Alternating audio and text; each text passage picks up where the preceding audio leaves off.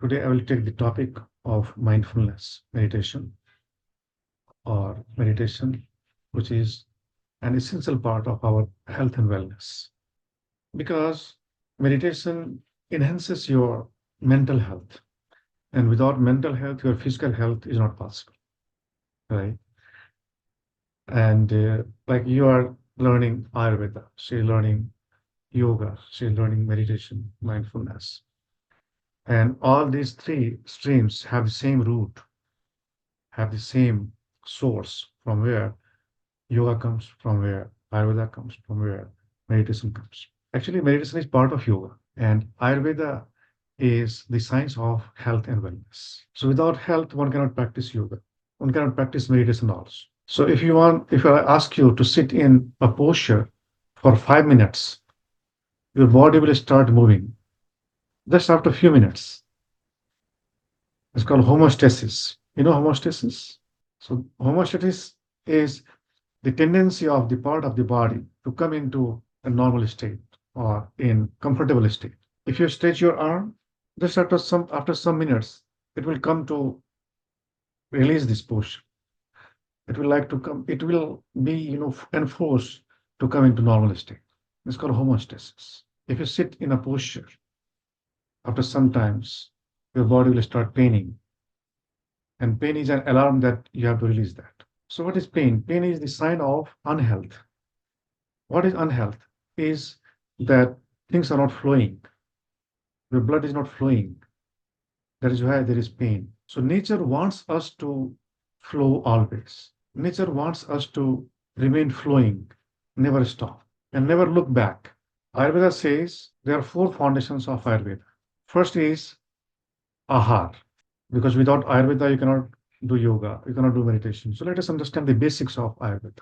First is ahar, is diet. Second is vihar, is the residing place, where you reside, where you stay. That is vihar. Third is vichar, is mindset, the thought process, how you think, what you think. Every thought creates an energy in you. So positive thought will create positive energy, negative thought will create negative energy. And negative energy is blocking the path, blocking the pathways of the blood, pathways of the nerve impulses, pathways of the pranic energy, what we call kundalini energy. We have kundalini energy. Everybody has kundalini energy. Okay.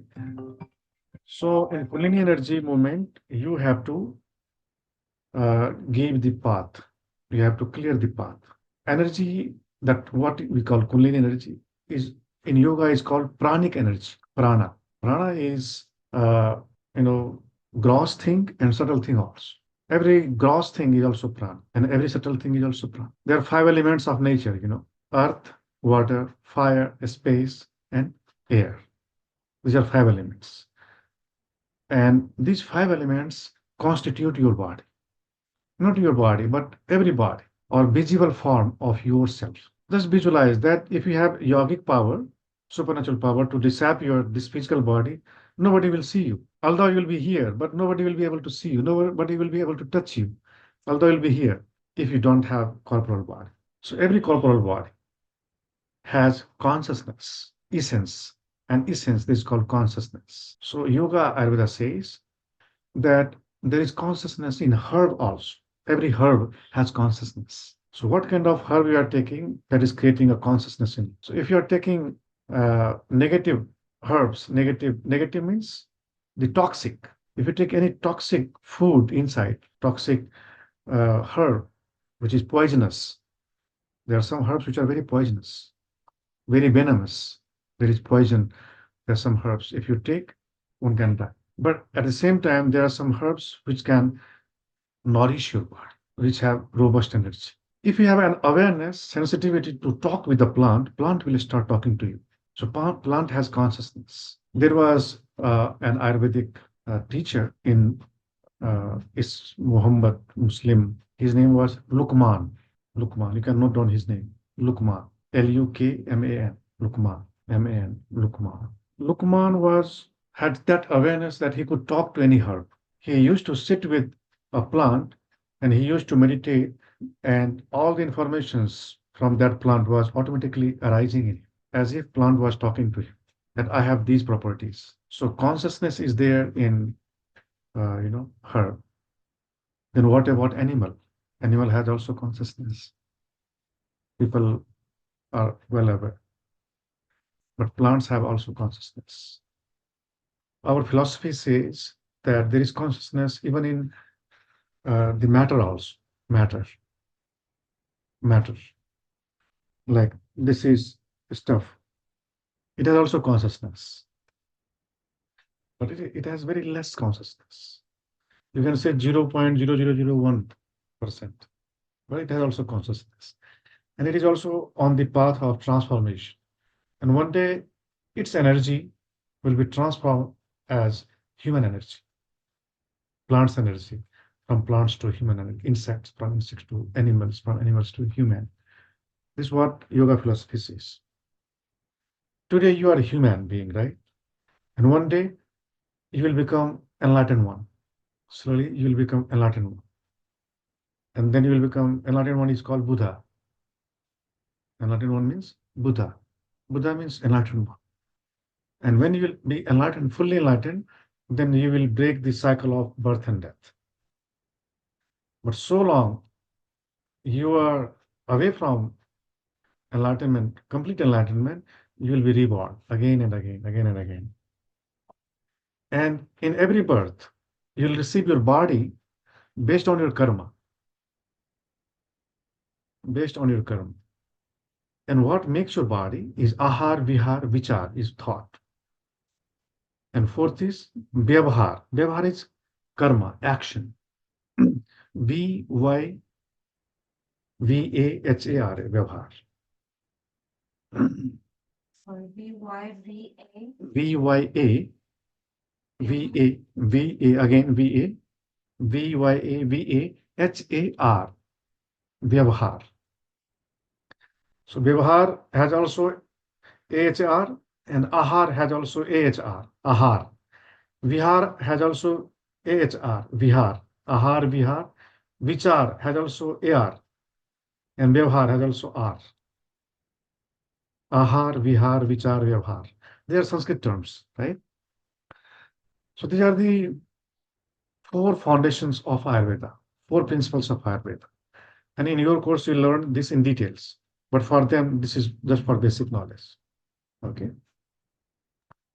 So today I'm just giving you an overview of these things. Because before learning meditation, you will have to learn the things which come before meditation, right? And also you should learn what comes after meditation, like mindfulness meditation. What is the goal of mindfulness meditation or any type of meditation? The goal is mental peace. The goal is mental health and wellness. People are stressful, therefore they want to learn meditation. And in meditation also they have choice that I want to learn this meditation. I want to learn this meditation. There are different types of meditation, having different methods. And what methods you love, you like, will be your choice, will be that suitable meditation technique. So, for an example, chakra meditation. There is a meditation called chakra, where you meditate on chakras, right?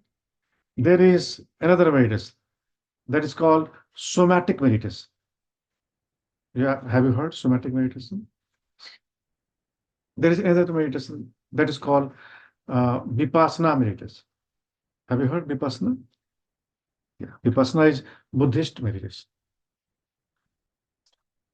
This is very challenging, vipassana meditation. There is meditation that is called Vedantic meditation. Vedanta. You know Vedanta? You have heard this word, Vedanta. Vedanta is also a very advanced meditation technique. There is meditation that is called dynamic meditation. Then Sakshi meditation, witnessing meditation, Priksha meditation, different types of meditation. What works best for you is your suitability. That suits to you.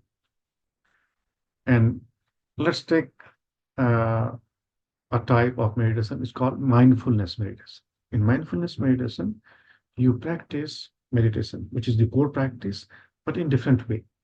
Mindfulness meditation method is that you practice to be present in the present moment. That is the fundamental of mindfulness. Be present with the present topic. Be present with the present subject. Be present with the present object. The purpose, why you are here. The objective, why you are here. Like you have mentioned that today you have practiced yoga, but you are learning why I'm doing this. And that made you more enlightened practitioner of yoga, more mindful, more aware. When you practice anything with awareness, with mindfulness, then you enhance the quality of that practice, isn't it? When you practice asana with mindfulness, your asana will become enlightened practice. If you practice pranayama, breath works, when you know why to practice this, what are the, contraindications? Contraindications? Yeah. What are the benefits? What are the essential components of this? And then you practice that, keeping all those points in mind. Then your practice will become more fruitful, more result producing. Okay, so today we are going to practice mindfulness meditation. But let us understand the basics of mindfulness. You should note it down. You should also note it down. Please write M-I-N in one line.